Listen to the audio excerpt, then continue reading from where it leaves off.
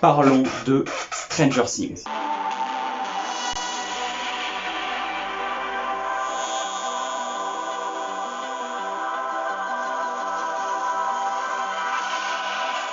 Alors avant de rentrer dans le vif du sujet, je vais faire cette série de Parlons d'eux pour un peu parler de mes séries que j'ai vues récemment, que j'ai bien aimées et que j'ai envie de vous partager. Sauf que comme je m'y suis mis tard, voilà, je vais faire un résumé global de la série, des saisons et surtout de la dernière saison que j'ai vue récemment.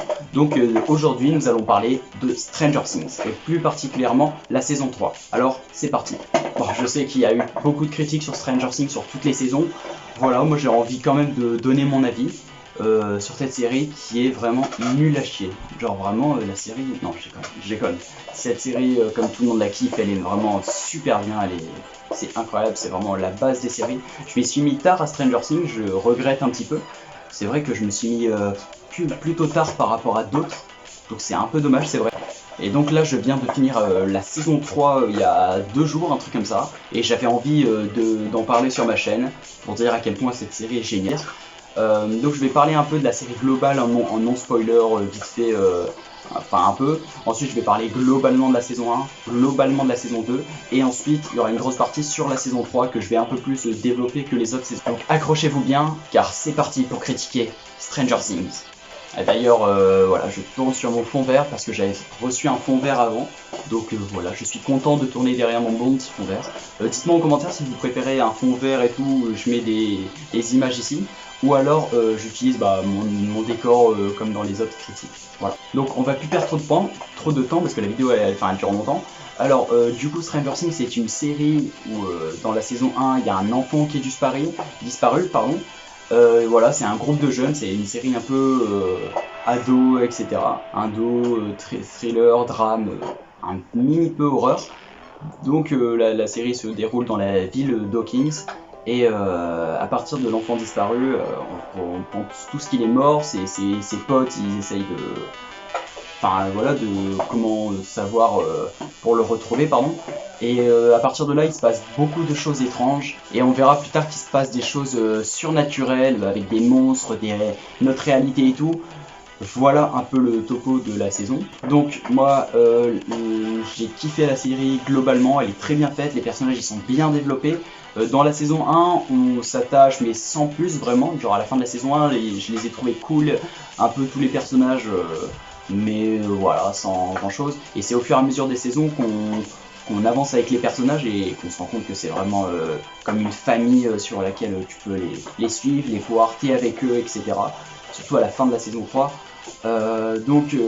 Globalement la série elle est bien faite, elle est bien montée, franchement ça se voit qu'ils ont beaucoup d'argent pour mettre les effets spéciaux en valeur.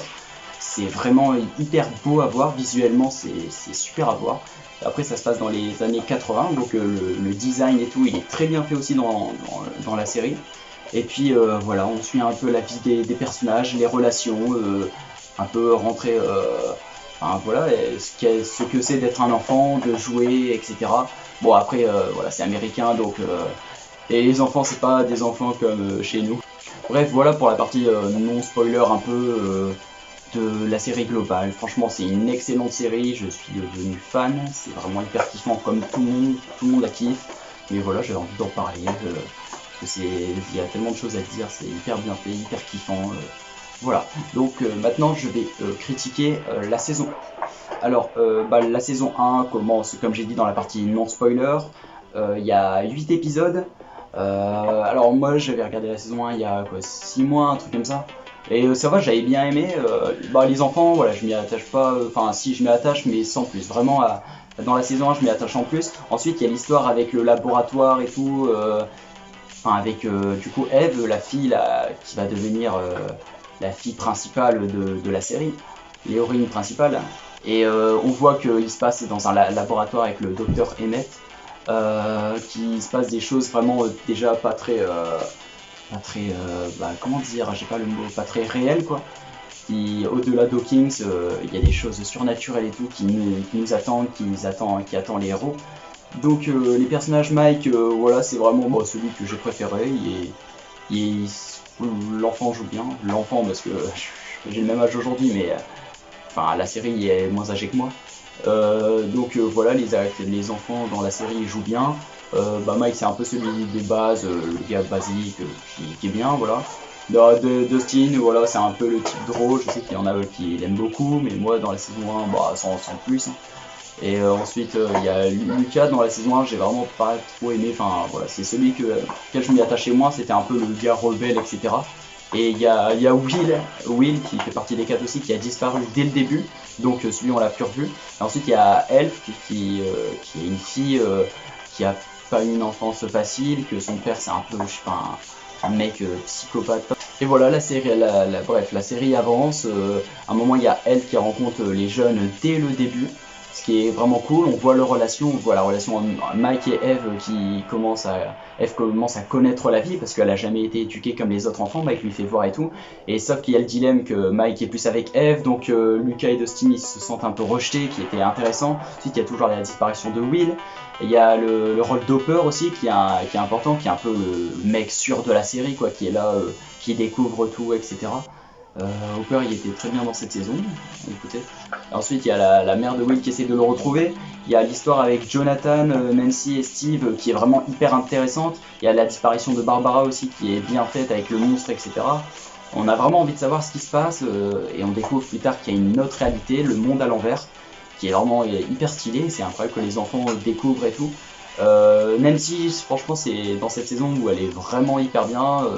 Elle est hyper développée, on s'attache et tout, sa vie. Steve dans cette saison, c'est la saison où il est le moins bien, c'est un peu le gars rebelle du lycée, etc. qui se la joue un petit peu. Avec là dans la saison 1, ce que j'ai pas trop aimé, c'est vraiment le Steve et son groupe où c'était un peu, enfin voilà, c'était un peu chiant de les voir, etc. Mais bon, après ça a été changé par la suite. Ensuite, il y a Jonathan qui essaye de retrouver Will, qui s'est un peu victimisé par le groupe de Steve, etc. Donc voilà, il y a vraiment plusieurs intrigues qui se sont mis en place qui sont très bonnes. Ensuite, il y a Jonathan et Nancy qui veulent retrouver Barbara et Will dans le monde à l'envers, et ils commencent à être ensemble, etc. Leur alchimie marche bien, parce que Nancy était avec Steve, etc. Donc c'était vraiment bien sur ce coup-là. Et voilà, la série se développe, etc. Et les 2 derniers épisodes, c'est vrai qu'ils sont vraiment pas mal. Voilà, j'essaye d'aller vite pour pas que la vidéo dure longtemps, donc à la fin... on voit les monstres qui arrivent, on voit Eve qui commence à s'attacher à Mike, etc. Les gars du laboratoire c'est un peu le bordel. Et il y a le démon Gorgon, donc c'est un peu le monstre de l'épisode. Donc le démon Gorgon a pas été si développé que ça, on l'a juste bien vu à la fin. Donc voilà, on l'a juste vu dans quelques épisodes vite fait. Mais à la fin, elle était vraiment stylée où le démon Gorgon défonce tous les militaires du laboratoire et tout.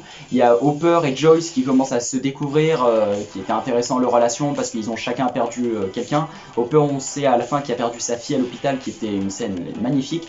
Et donc il retrouve Will, je pensais que Will allait pas s'en sortir, mais oui. Il y a une scène très émouvante où Joyce et Hopper essayent de le réanimer, qui était très émouvante, bien faite. Et on voit du côté les jeunes avec Elf, Mike, Lucas et Dustin qui sont dans les classes, un truc comme ça. Il y a le démon Gorgon qui est là, et les jeunes ils essaient de s'en sortir et tout. Et il y a Elf qui revient. Donc ce qui a été intéressant aussi, c'est à un moment à la fin de la saison, ils se réunissent un peu tous avec Nancy, Jonathan et les enfants du coup, et ils sont tous là pour les mêmes raisons.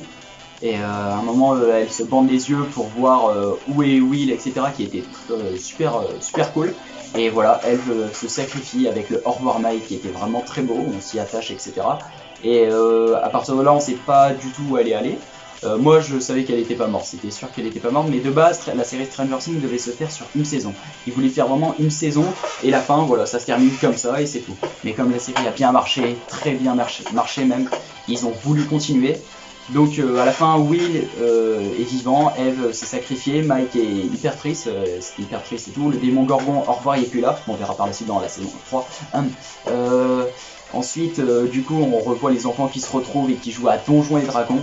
Ils avaient joué au tout début, voilà, petite référence, etc. Donc la saison 1, elle était vraiment bien, on s'y attache, ça te met dans le bain, t'as envie de voir la suite. Et voilà quoi, c'est hyper kiffant, il y a tout le monde qui aime bien, vraiment cette série elle est super kiffante. Et donc ils se retrouvent Will, et le cliffhanger c'est qu'on voit Will qui crache une sorte de bête dans le lavabo, un truc comme ça qui annonce potentiellement une suite. Donc voilà pour cette saison 1 qui était super. C'est ma moins préférée des trois parce que voilà, ça se met en place et comme les saisons 1 pour moi, il y en a beaucoup qui disent que c'est les meilleures. Moi je les trouve pas nuls du tout, genre souvent les saisons 1 ils sont bien mais voilà ça se met en place. C'est à partir de la saison 2, 3, 4 qu'ils peuvent poser des intrigues, poser des trucs et jouer avec ça quoi. Donc voilà pour cette saison 1, donc maintenant nous allons critiquer la saison 2.